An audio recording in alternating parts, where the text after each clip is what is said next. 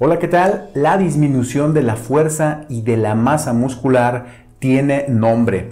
Y hoy quiero compartirte sobre un tema que es de importancia para todos. Se presenta más en adultos mayores, sin embargo, la etapa de la adultez, desde la adolescencia, la etapa adulta, es importante para evitar y para disminuir la presencia de este síndrome, de esta condición clínica llamada sarcopenia.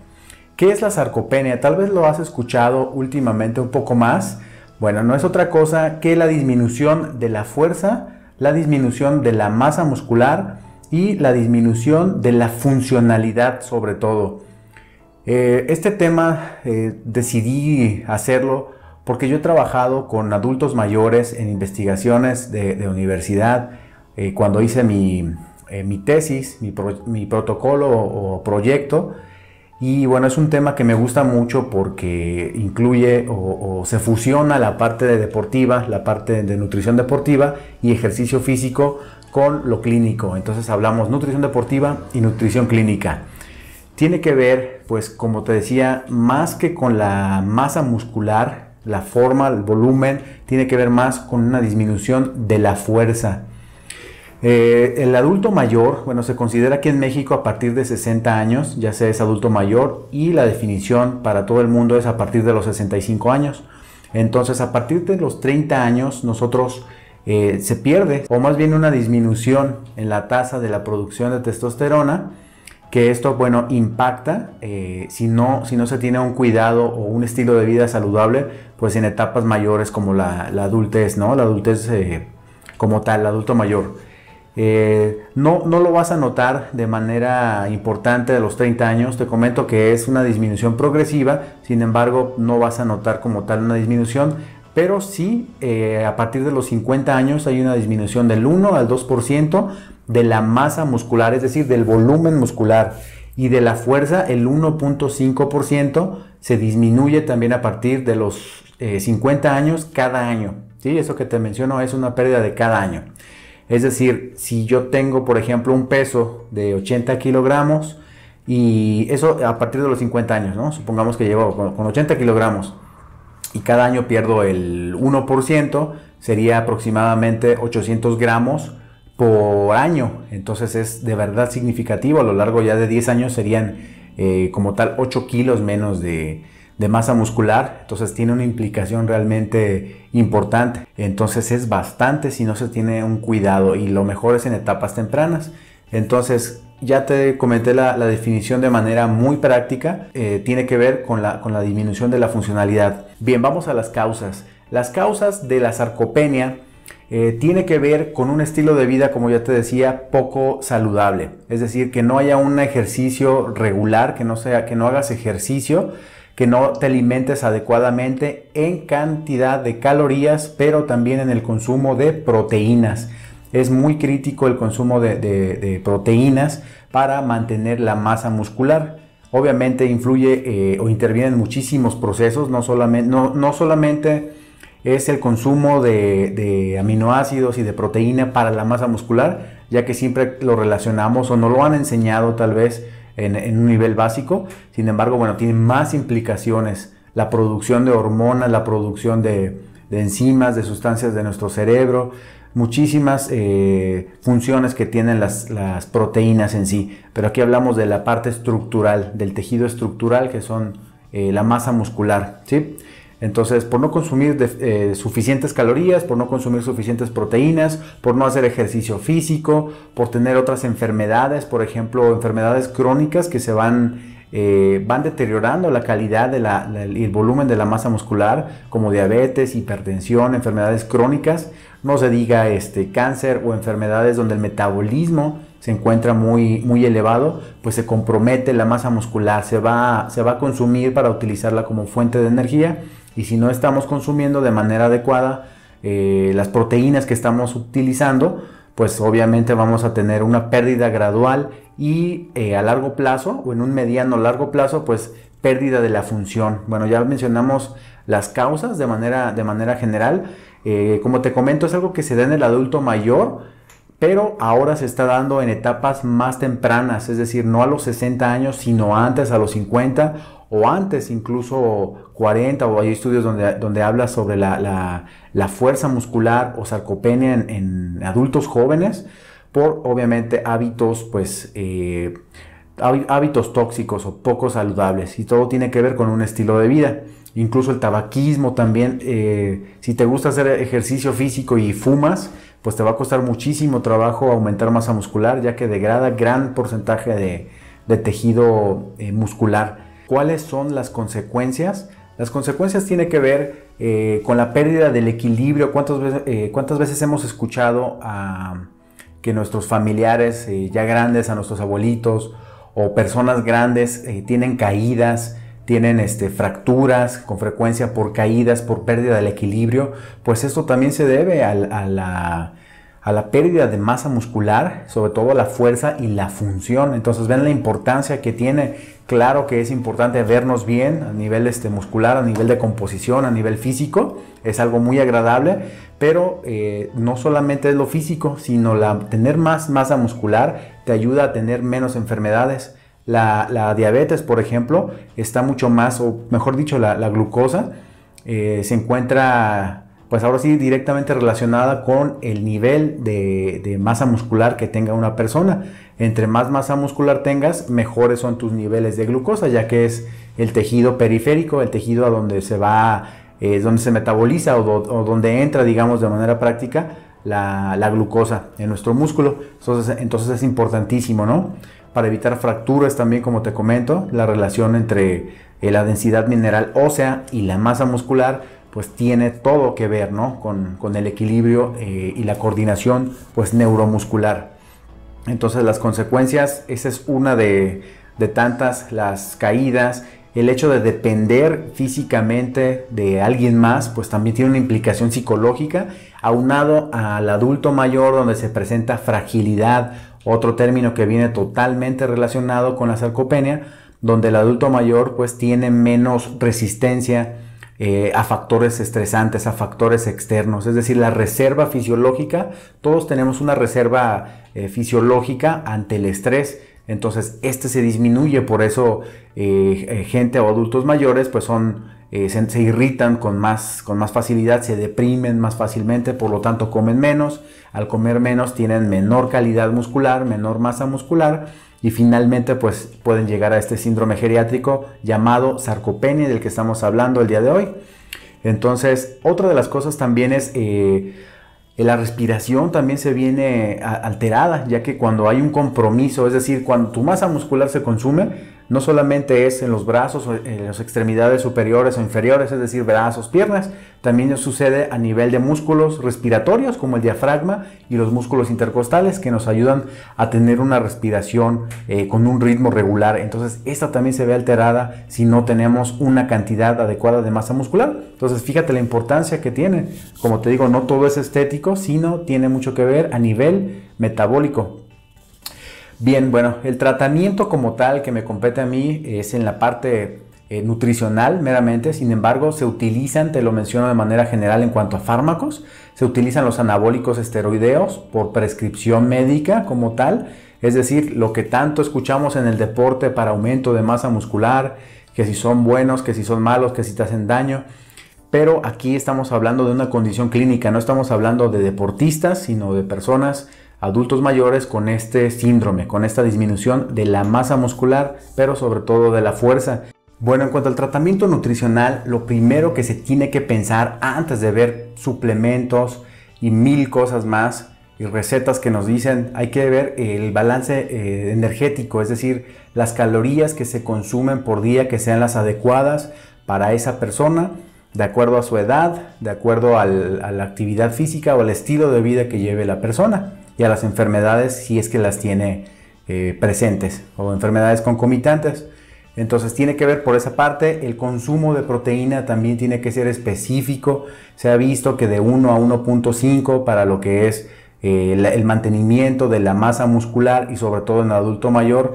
Claro que estos son generalidades, eso se precisa, el nutriólogo se encarga de precisar en la dieta los gramos necesarios para mantenimiento o incremento de la masa muscular en un adulto mayor, evaluando las enfermedades que pudiera tener, ¿sí? Y bueno, alimentos de alto valor biológico.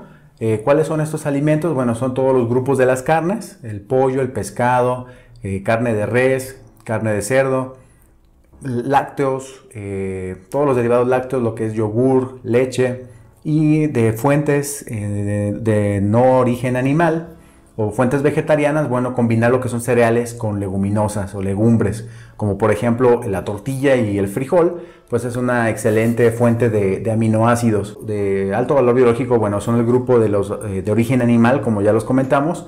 Sin embargo, para aquellos que llevan un estilo de vida donde no incluyen animales como tal, pues esa es una excelente opción, ¿sí? La quinoa también tiene un buen perfil de aminoácidos, pero esto hay que comentarlo, ¿no?, con el nutriólogo que te está llevando un plan de alimentación, o si tal vez no se te ocurría que podías llevar a tu familiar que presenta esta condición, donde tú estás viendo que tiene una masa muscular disminuida, que a lo largo de algunos meses sus piernas son muy flaquitas, sus brazos están disminuyendo, la espalda, hasta cuando saludas a la persona te das cuenta que ha perdido volumen, masa muscular, porque se siente literalmente el hueso. Entonces, o lo ves que ya no puede pararse con la misma velocidad, le cuesta trabajo, se marea muy fácil, sube las escaleras y pierde el equilibrio. Entonces, o ya ha tenido varias caídas, ahora sí que repentinas. Hay que pensar, ¿no?, en este síndrome geriátrico. Aún sin ser profesional de la salud, pues tú puedes tener ese ojo clínico para darte cuenta qué está ocurriendo con este familiar, ¿no? Y no se diga más si está en un hospital, pues realmente el consumo de la masa muscular es mucho más elevado si entró por alguna condición aguda, una enfermedad que se haya complicado, ¿sí? La masa muscular te protege si llegas al hospital, por ejemplo, por una cuestión aguda. La masa muscular te protege, es decir, sales más rápido del hospital al tener una buena cantidad de masa muscular que si estás deficiente en calidad de masa muscular. Esto es algo muy importante, además de que personas que tienen niveles bajos de masa muscular tienen también mayor riesgo de muerte, mayor riesgo de mortalidad. Entonces, ¿será importante o no el tener una masa muscular adecuada? Pues claro que sí, no es crítico, fíjate, para hablar de mortalidad. Entonces es muy importante la masa muscular, el mantenimiento. Y qué bueno que muchos empezamos a hacer ejercicio desde adolescentes, de manera intermitente o continua, pero que tengamos ese gusto por la parte estética principalmente, pero después te das cuenta de todos los beneficios que tiene. Pues excelente, ¿no?, compaginar esta parte y llevarlo como un estilo de vida, donde te vas a ver bien, pero obviamente vas a conservar muchas funciones en ti y vas a llegar a un envejecimiento saludable, ¿no? Ese es el objetivo. Hay suplementos también a base de proteína, ya sea, hay infinidad, pero aquí voy a tocar los que se utilizan más: el suero de leche, y se utiliza la caseína. En el ámbito clínico se utiliza más la caseína o el llamado caseinato de calcio. Ese es el que, por ejemplo, hay nutriólogos que me están viendo, quien esté ahora sí que un poquito más involucrados en el área clínica, se van a dar cuenta que se utiliza más el caseinato de calcio.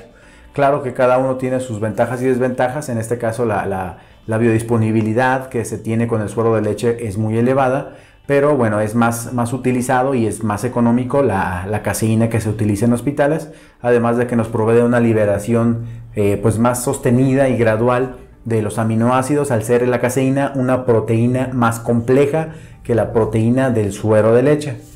Entonces es muy bueno incluir cualquiera de estas dos fuentes en una persona para prevenir incluso sarcopenia dentro de un plan de alimentación y ejercicio. Pero si ya tiene sarcopenia como tal y no está consumiendo la cantidad de proteína de su régimen, se puede optar por suplementar. Como te comento, si no tiene ninguna falla renal, si no es un paciente con insuficiencia renal, pues puedes administrarla, pero siempre con supervisión. Mínimo, si por una cosa u otra no tienes la oportunidad de ir a una consulta, bueno, acércate a algún nutriólogo conocido o manda mensaje por inbox y con todo gusto hago el favor de comentarte. Aunque lo ideal, claro, es llevar una evaluación completa para la persona, para el paciente. Sí, esto es lo adecuado.